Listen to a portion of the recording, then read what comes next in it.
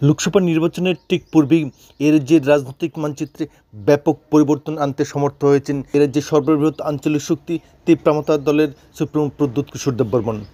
কী সেই পরিবর্তন, কেন এই পরিবর্তন, এ নিয়ে ইতিমধ্যে সারা রাজ্যে ব্যাপক চর্চা হচ্ছে, গুঞ্জন ছড়িয়ে পড়ছে। তীব্রামতা সুপ্রিমো প্রদ্যোৎ কিশোর দেববর্মন এ রাজ্যের রাজনীতিতে অবিংশবাদিত নেতা হিসেবে এ রাজ্যের 14 লক্ষ তীব্রাসার অন্যতম প্রাণকেন্দ্র। দীর্ঘ 3 বছর ধরে তীব্রামতা সুপ্রিমো প্রদ্যোৎ কিশোর দেববর্মন তীব্রাসাদের মৌলিক দাবি নিয়ে যেভাবে লড়াই করে চলছেন কেন্দ্রের সঙ্গে, অবশেষে সেই লড়াইয়ের অবসান ঘটতে চলেছে। তীব্রামতা দলের দাবির প্রতি কেন্দ্রীয় সরকার ইতিমধ্যেই সহমর্মিতা প্রকাশ করেছেন এবং দিল্লিতে চলছে গুরুত্বপূর্ণ বৈঠক।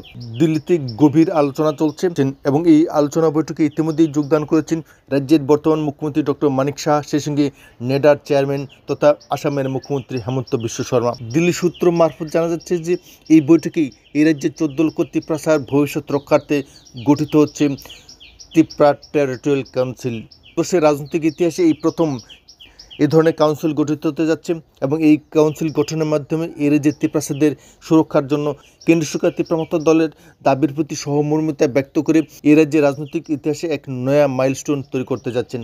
লোকসভা নির্বাচনের ঠিক পূর্বে কেন্দ্রীয় সরকার যে ধরনের বলিষ্ঠ সিদ্ধান্ত নিতে যাচ্ছেন এ রাজ্যের রাজনীতিতে যথেষ্ট প্রভাব ফেলবে বলে মনে করা হচ্ছে।